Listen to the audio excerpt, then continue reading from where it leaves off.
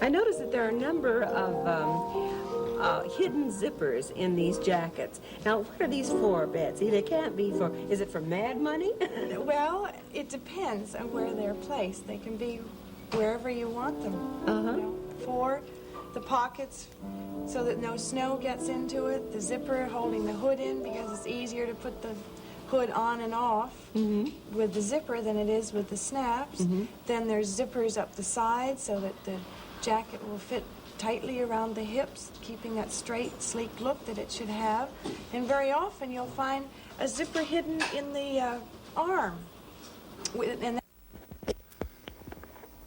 Good afternoon, ladies and gentlemen. You'll excuse the fact that I'm out of breath, but about 10 or 15 minutes ago, a tragic thing, from all indications at this point, has happened in the city of Dallas. Let me quote to you this. And you'll excuse me if I am out of breath. A bulletin, this is from the United Press, from Dallas. President Kennedy and Governor John Connally have been cut down by assassins' bullets in downtown Dallas. They were riding in an open automobile when the shots were fired. The president, his limp body carried in the arms of his wife, Jacqueline, has rushed to Parkland Hospital. And if you'll excuse me if I give some directions and we talk about what we're going to do here for the next few minutes, but Bobby, let's tape this, if you please, particularly the interview with the eyewitness people. It is being taped good. Here's a piece of copy that was rushed to me and was torn off from the United Press in Dallas. President Kennedy has been shot in Dallas, Texas. He was shot as a motorcade left downtown Dallas. Mrs. Kennedy jumped up and grabbed the president. She cried, "Oh no," as the motorcade sped on. An Associated Press photographer, James Algens, 8LTGENS, reports he saw blood on the president's head. The AP man said he heard 2 shots but thought someone was shooting fireworks until he saw the blood on the president. He also said he saw no one with a gun. A gentleman just walked in our studio that I am meeting for the first time as well as you. This is WFAA TV in Dallas, Texas. May I have your name, please, sir? My name is Abraham Zapruder. Mr. Zapruder? Zapruder, yes, sir. Zapruder. And would you tell us your story, please, sir? I got out about a half hour earlier and getting a good spot to shoot some pictures. And I found a spot, one of these concrete blocks that I have down near that park near the underpass. And I got on top there. There was another girl from my office. She was right behind me.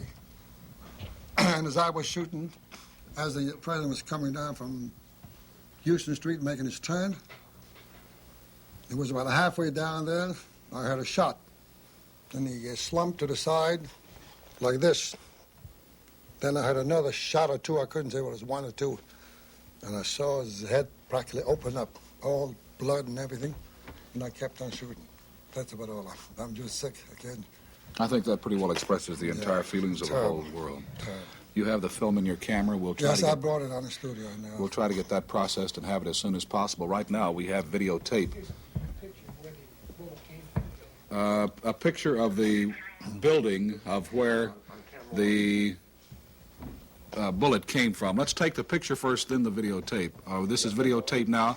This is a picture of the hearse leaving Parkland Hospital with President Kennedy's body.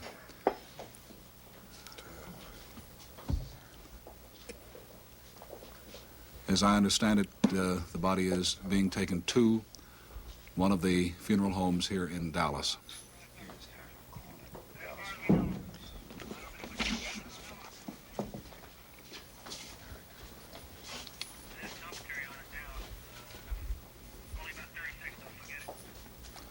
All right, Bob, that pretty well covers it, I think. This is the same hospital that President Kennedy visited in his visit here in 1961. It is not? Excuse me. This is the outside shot of the hospital and the people who are gathered there, all stunned in the realization that President Kennedy was assassinated in Dallas, Texas today. Now we have a picture of the building. There's a picture of the building that one of the boys took, showing possibly one of the windows that was used. The top right hand. Okay, which one was it? Let's see if we can figure it out. There it is. There is a picture of the window where the gun was allegedly fired from that killed President Kennedy today. Excuse me, go ahead, sir. I thought it must have been the line of fire where I see now the picture where it was. I was right on that concrete block, as I said. And as I explained before, as a sickening scene. At first I thought perhaps it sounded like somebody make a joke. You hear a shot and somebody grabs their stomach. I was about 100 yards away from one of the boy and I walked over to see President Kennedy. We were about 100 yards away, and it sounded like there were 3 shots. And after the first couple, I said, my God, they've shot the president. And then we walked over and looked down and could see the people on the grass there, and I imagine you were one of the people that we saw there underneath the viaduct. This happened this afternoon about, what time, 12:35. The president died Something like it. The president died at 1 o'clock. They sounded like, at first they sounded like firecrackers, and somebody next to us said they're shooting off fireworks, but then we realized, it didn't take but a minute to realize that they were loud reports, and for those of you who are familiar with hearing a rifle shot, it was a recognizable sound. The videotape that we have, Bobby, what do you have now? Okay, that completes the videotape coverage for the moment.